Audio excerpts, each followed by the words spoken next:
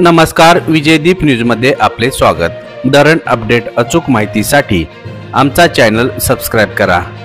मंगळवार 27 ऑगस्ट सकाळचे भीमा व नीरा खोरे अपडेट।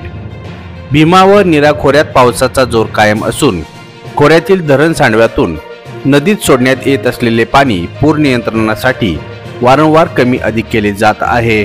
मंगळवार 27 ऑगस्ट सकाळच्या भीमा व नीरा खोरे अहवालानुसार भीमा खोऱ्यातील वडद धरणातून 500 cusec, Dimbhe 5400 cusec, Ghod 7950 cusec, Visapur 510 cusec, Chillewadi 1698 cusec, Kalmodi 918 cusec, Chaskaman 6420 cusec, Bhama Askhed 3616 cusec, Wadiwale 2729 cusec, Andhra 1461 cusec, Pavana 4320 cusec, Kasarsai 750 cusec, Mulshi 17466 cusec, Temghar 1674 cusec, Varasgaon 3561 cusec, Panshet 5460 cusec, तर खडकवासलातून 19569 क्युसेक अशा प्रकारे पाणी सोडले जात आहे।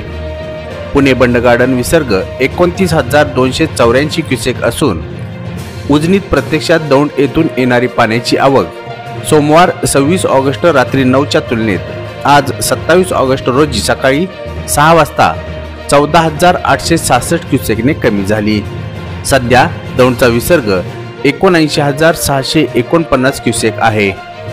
उजनी धरण सांडव्यातून भीमा नदी पात्रात सोडला जाणारा विसर्ग सोमवार 26 ऑगस्ट सायंकाळी 6 पासून आज 27 ऑगस्ट सकाळपर्यंत 81600 क्युसेक वर स्थिर आहे। नीरा खोरे अहवालानुसार वीर धरणामधून नीरा नदीत 43083 क्युसेक वेगाने पाणी सोडले जात आहे।